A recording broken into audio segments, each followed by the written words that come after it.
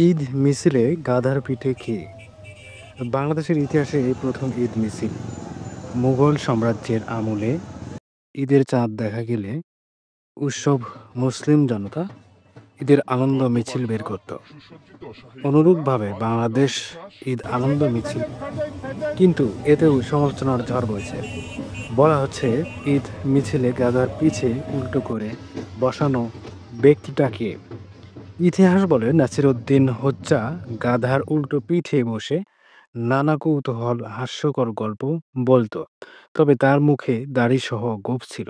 ইতিহাসবিদদের মতে হোজ্জা পারস্য বা চীনের উইমোর অঞ্চলের মানুষ। উপমহাদেশের তৎকালীন সুলতানরা নাসিরউদ্দিন হোজ্জাকে খুব সমীহ করতেন।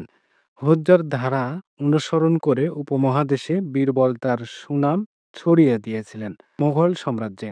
এভাবে বঙ্গভূমিতেও গোপাল ভাঁড় নামে আরেকজন রসিক ব্যক্তি খ্যাতি পেয়েছিলেন।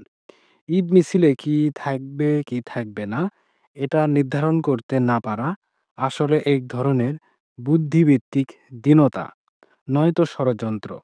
তবে আজকের শোভাযাত্রা সবচেয়ে আকর্ষণীয় এবং যথার্থ উপস্থিতি ছিল সুলতানি আমলের নানা অনুষঙ্গ, যেটা এই ভূখণ্ডের সাংস্কৃতিক ধারাবাহিকতার একটি চমৎকার উপস্থাপন।